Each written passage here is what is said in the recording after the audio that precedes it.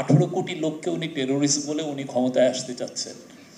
যেই ভয়াবহ রকমের চ্যালেঞ্জ ফিউচার গভর্নমেন্টের জন্য এই শেখ হাসিনার চোরতন্ত্র রেখে গেছেন, এটা কল্পনা করা যায় না, ভয়াবহ। আমরা বলি, অনেকে ভাবেন যে আমরা এটা পলিটিক্যাল বলছি, কিন্তু এইটা আনবিলিভেবল চ্যালেঞ্জ। এমন কোনো পলিটিক্যাল সেটেলমেন্ট করা যাতে আমাদের যেই গ্রুপই থাকুক না কেন, সে এক্সট্রিম রাইট হোক আর এক্সট্রিম লেফট হোক, যেই হোক, সেই জন্য ডেমোক্রেসির প্রতি ফেথফুল থাকে। শেখ হাসিনা বা আওয়ামী লীগের বিষয়ে সবার একটা স্পষ্ট বলতে হবে আমরা কি চাই।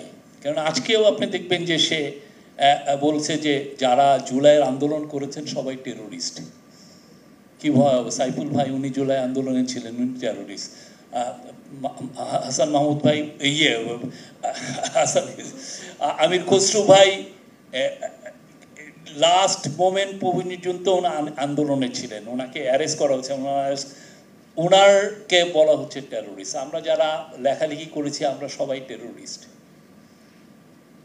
আপনি চিন্তা করেন, মানে উনি সেই এনায়েতুল্লাহ খান 1974 সালে লিখেছিলেন যে 65 মিলিয়ন কোলাবোরেটরস, 6,50,00,000 লোককে শেখ মুজিব কোলাবোরেটর, আর এখন তার মেয়ে 180 মিলিয়নকে বলতেছে টেরোরিস্ট। 18 কোটি লোককে উনি টেরোরিস্ট বলে উনি ক্ষমতায় আসতে চাচ্ছেন। কি ভয়াবহ! উনি ওইটা বলতে, মানে আপনি টেরোরিস্ট শব্দটা বলাটা ইজি, কিন্তু টেরোরিস্ট মানে কি? আপনি যখন একজন লোককে আপনি টেরোরিস্ট বলবেন, তাকে আপনি হত্যাযোগ্য করছেন। আর উনি চান 180 মিলিয়ন লোককে হত্যা করে উনি ক্ষমতায় আসবেন। এই বিষয়ে আমার মনে হয় পলিটিক্যাল পার্টিগুলো শক্ত একটা অবস্থান নিতে হবে, কেননা এটা আমাদের জন্য এক্সিস্টেন্সিয়াল থ্রেট। এই জায়গাটা কেউ আর আমার মনে হয়